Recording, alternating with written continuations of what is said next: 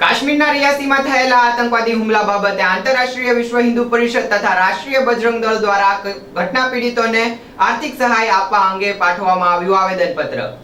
કાશ્મીરના રિયાસીમાં થયેલા આતંકવાદી હુમલા બાબતે આંતરરાષ્ટ્રીય હિન્દુ પરિષદ તથા રાષ્ટ્રીય બજરંગ દળ દ્વારા ઘટનામાં મૃત્યુ પામેલા તથા ઘાયલ થયેલા શ્રદ્ધાળુઓના પરિવારને આર્થિક સહાય અંગેની માંગ કરવામાં આવતું આવેદનપત્ર પાઠવવામાં આવ્યું છે, જેમાં મૃતક શ્રદ્ધાળુઓના પરિવારને 50-50 લાખ તથા ઘાયલ શ્રદ્ધાળુઓને 10 લાખ રૂપિયા આપવા અંગેની માંગ કરાઈ છે।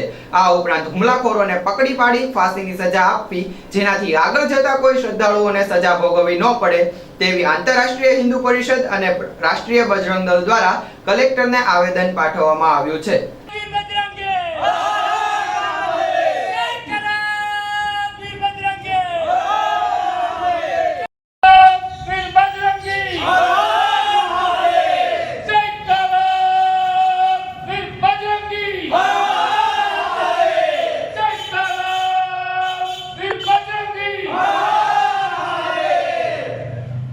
અમે આ આવેદનપત્ર રાષ્ટ્રપતિને સંબોધી ત્યારે તાત્કાલિક અમને પ્રત્યાઘાતો આપ્યા છે અને અમને બધાને કીધું છે કે જે તે તાલુકા મથક જિલ્લા મથક ઉપર સરકારી અધિકારીને આવેદનપત્ર આપી અને શિવ ભક્તોની વારે સંગઠને પહોંચવાનું છે।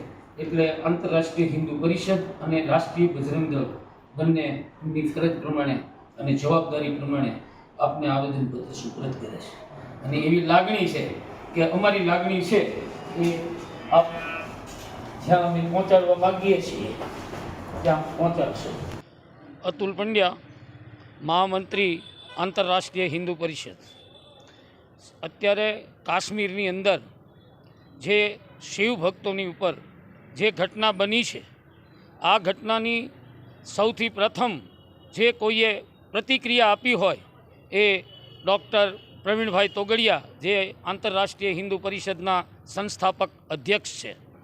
આજે એમણે તમામ જિલ્લા મથકો, તાલુકા મથકો ઉપર, પ્રાંત ઉપર, પ્રદેશ ઉપર એક આદેશ આપ્યો કે શિવ ભક્તોની ઉપર જ્યારે હુમલો થાય અને શિવ ભક્તો જ્યારે પોતાની જાન ગુમાવે ત્યારે આ બનાવ માટે પ્રતિક્રિયા આપવી એ હિન્દુ સંગઠન તરીકે આંતરરાષ્ટ્રીય હિન્દુ પરિષદ અને રાષ્ટ્રીય બજરંગ દળની એક પવિત્ર ફરજ બની રહે છે। એના ભાગરૂપે આજે અમે ભાવનગરના કલેક્ટરશ્રીને રાષ્ટ્રપતિને સંબોધી અને એક આવેદનપત્ર આપ્યું છે। આ આવેદનપત્રની અંદર અમારી માગણી છે, અમે ખૂબ કડક રીતે એક પ્રતિક્રિયા આપી છે કે આ શિવ ભક્તો સાથે જે બન્યું છે એ નિંદનીય છે।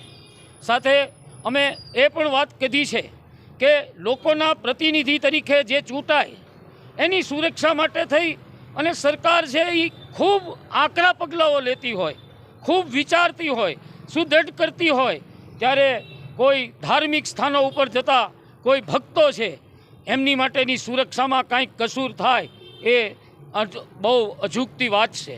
સાથે અમારી માગણી એ પણ છે કે આ આતંકવાદી જે જૂથ હોય એમના પર કડકમાં કડક પ્રતિક્રિયા કરવામાં આવે, પગલાં ભરવામાં આવે અને જે ગુનેગારો છે એને ફાંસીની સજા આપવામાં આવે। અમે સરકારશ્રીને આવેદનપત્ર દ્વારા એક અન્ય પણ માગણી કરી છે કે જેમણે આ શિવ ભક્તોએ પોતાના જાનનું બલિદાન આપ્યું છે, જેમણે પ્રાણ ગુમાવ્યા છે, એમને 30-30 લાખ અને ઘાયલ લોકો છે એમને 10-10 લાખ આપી અને સરકાર અમારી આ માગણી છે એ સ્વીકારે એ સાથેનું અમે આવેદનપત્ર આપ્યું છે। આપ સર્વનો ખૂબ ખૂબ આભાર।